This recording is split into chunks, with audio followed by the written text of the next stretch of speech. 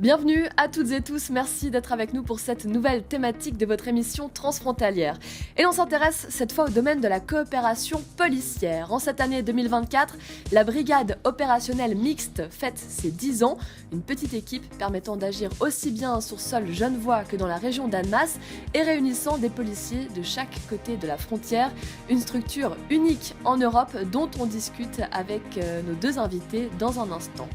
Et en fin d'émission, on fera un point sur les travaux de la route des nations. Tout ça, c'est juste après l'actualité transfrontalière du mois. Le Léman Express pourrait bientôt circuler 24 heures sur 24.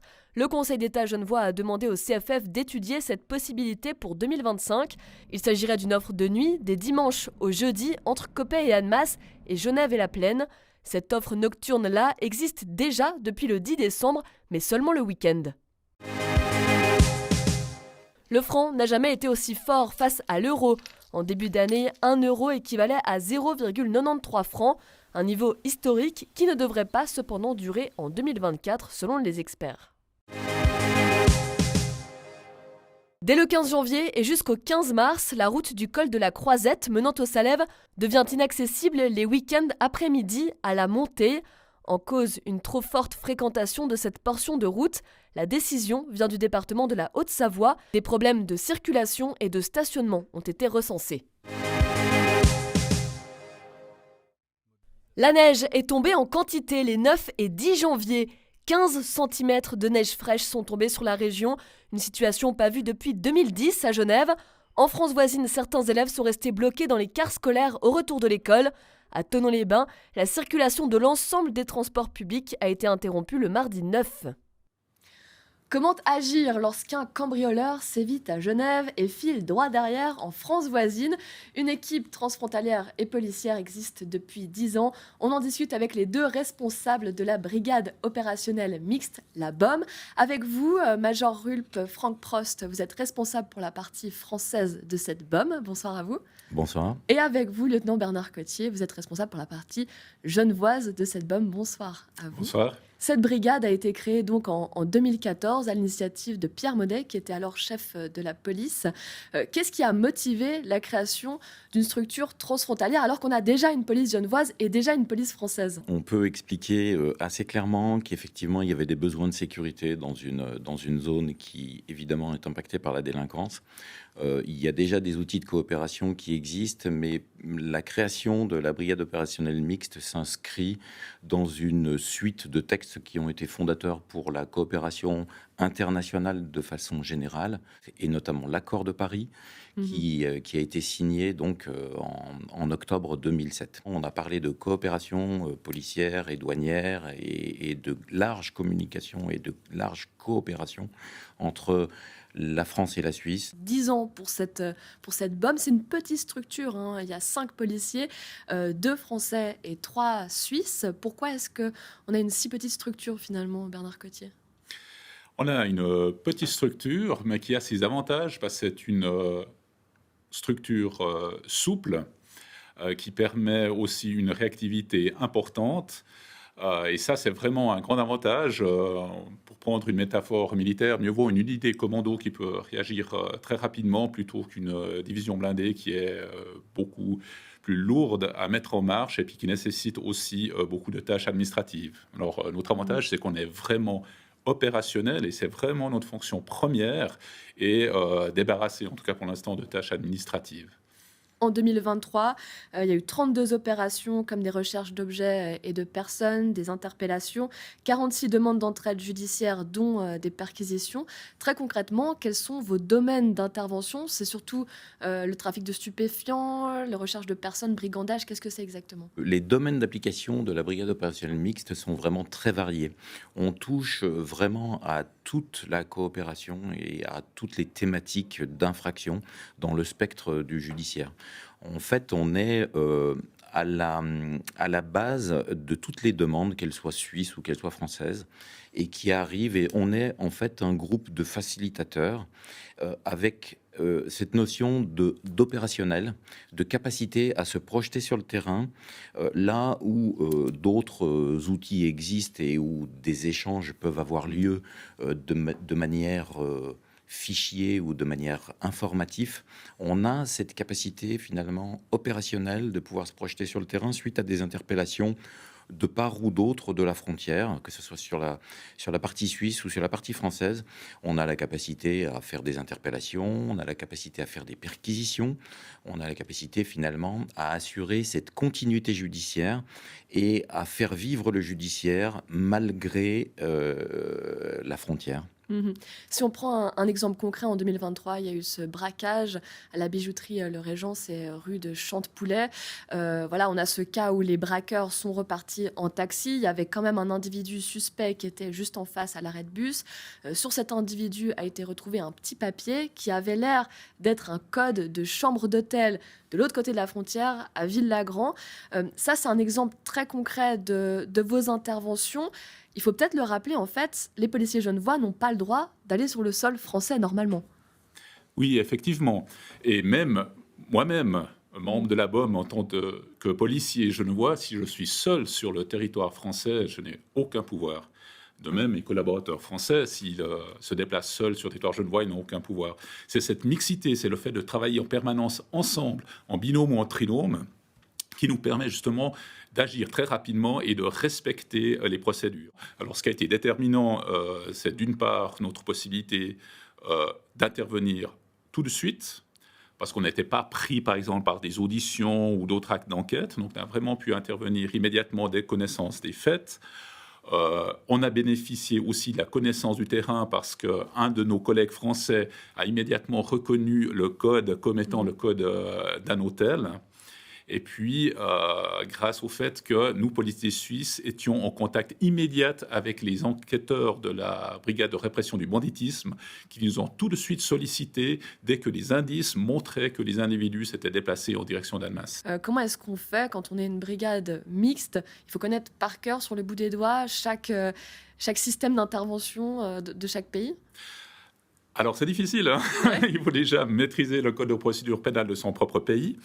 Mais d'une part, c'est la communication constante, c'est l'échange entre les collègues français. On a rarement toutes les réponses immédiatement, mais on se consulte, on va chercher des expériences passées, on se parle pour trouver la bonne solution. Si nécessaire, on s'adresse aussi aux magistrats spécialisés dans le transfrontalier. Et puis, pour la partie suisse, nous avons suivi une formation de 3 jours en procédure pénale auprès de l'École nationale de police à Lyon, que je profite de remercier parce qu'ils ont eu vraiment le geste de nous offrir cette formation, ce qui n'est pas forcément évident au départ. Donc, avec ces formations, mais surtout le partage d'expérience, on navigue entre ces codes de procédure. Mais c'est souvent l'expérience qui est déterminante. La brigade a été créée par une personnalité politique. C'était une brigade politique au départ. Est-ce qu'aujourd'hui, vous êtes plus légitime, entre guillemets? Est-ce que vous êtes pleinement accepté au niveau transfrontalier? Alors, je pense qu'il n'y a aucun souci. La BOM n'a pas fait de démarche de communication véritablement, puisque ça reste un groupe de policiers. Et on va dire que naturellement, la communication n'est pas notre fonds de commerce. On est des policiers, on est là pour diligenter des procédures, arrêter des auteurs d'infractions et pouvoir établir des procédures pour pouvoir les présenter à l'autorité judiciaire. Donc on le fait dans un prisme qui effectivement est un prisme franco-suisse, où, comme vous l'avez plus ou moins effleuré tout à l'heure, et je le redis de manière claire, chaque partie est souveraine dans son camp, et chaque État est souverain dans son camp, et dans tous les accords qui ont été passés, qui évolueront peut-être, et c'est vraiment une notion qui est essentielle. On fait un peu notre réputation et finalement notre légitimité sur cette analyse fine et sur le fait surtout de toujours faire ça en sécurité juridique. C'est une brigade qui est inédite, qui est unique en Europe. Quel regard portent les autres polices, les autres structures transfrontalières sur votre brigade?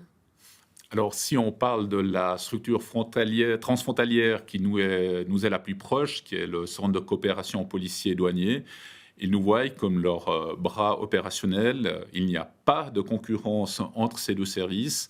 D'un point de vue plus large, les États européens sont intéressés par cette structure qui est unique du fait qu'on traite tous les articles du Code pénal. que ce soit des vols, des homicides, des cambriolages, des escroqueries, des affaires financières, etc.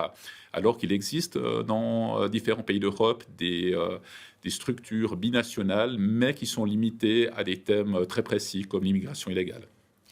La BOM, actuellement, il faut le préciser, c'est une intervention sur le territoire genevois. Et pour la partie française, c'est Annemasse et 5 communes avoisinantes.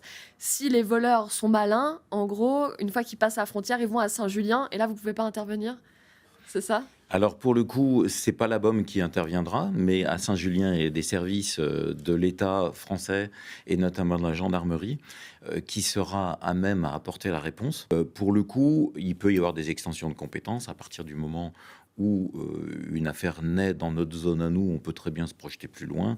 Et la coopération, elle note dans les accords de Paris l'ensemble du territoire français. Donc il n'y a aucun frein à de la coopération. Et quand bien même on n'aurait pas de compétences initiales dans le domaine, on est aussi facilitateur pour qu'un groupe suisse en demande, par exemple, pour une opération à Saint-Julien, on puisse communiquer directement les coordonnées du service compétent. Est-ce qu'il y a des perspectives, éventuellement, Bernard Cottier, d'élargissement de cette BOM à d'autres circonscriptions ?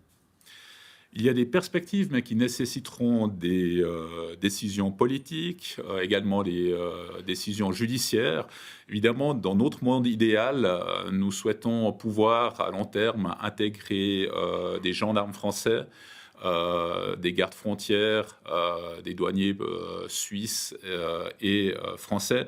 Le but, c'est pas d'en faire une grande unité, mais d'une unité qui puisse travailler dans tout le transfrontalier, parce que la zone frontière se transforme, la densité de population augmente à une vitesse faramineuse et les besoins seront immanquablement là.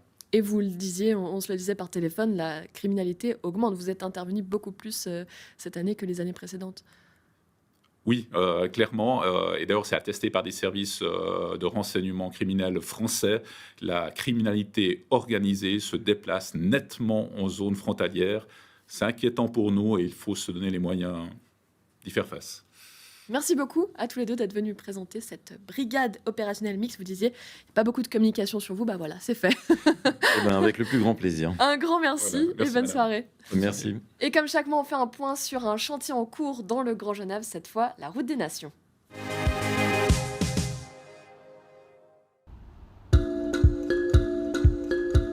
Nous nous trouvons à l'entrée du tunnel des Nations, qui fait partie du linéaire de la Route des Nations, qui sera bientôt prochainement mise en service. La Route des Nations va servir à pouvoir relier l'autoroute jusqu'aux organisations internationales, délester le trafic de transit sur les communes du Grand Saconnet et de Prigny-Chambésy. Et avec ce délestage, va permettre aussi d'utiliser la route de Ferney pour pouvoir aménager le tram Nation. Le chantier a débuté en septembre 2017. Les grandes étapes, c'est avant tout la Creuse qui a été faite en 2-8 entre juin 2019 et octobre 2021. Ça s'est poursuivi avec les travaux de génie civil qui se sont terminés dans le tunnel en septembre 2022 avec la fin de la voûte et le début en fait, des travaux d'équipement d'électromécanique. Et la fin totale des travaux de génie civil dans le tunnel fin juillet 2023. Depuis, on continue avec les travaux d'enrobé, de marquage, de pose des serrureries, des portes de secours et d'équipements électroméca qui sont en test aujourd'hui.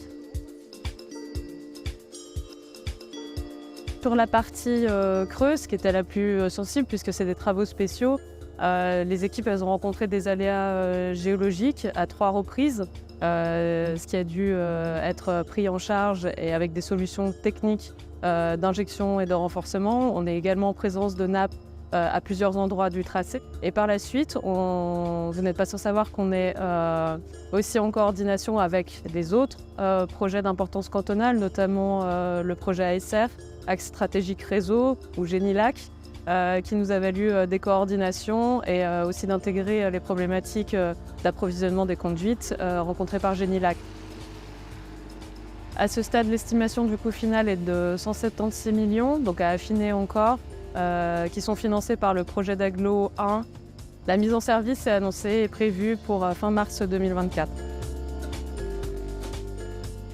C'est la fin de cette émission. Merci de nous avoir suivis. À très vite sur Les Monts Bleus. Au revoir.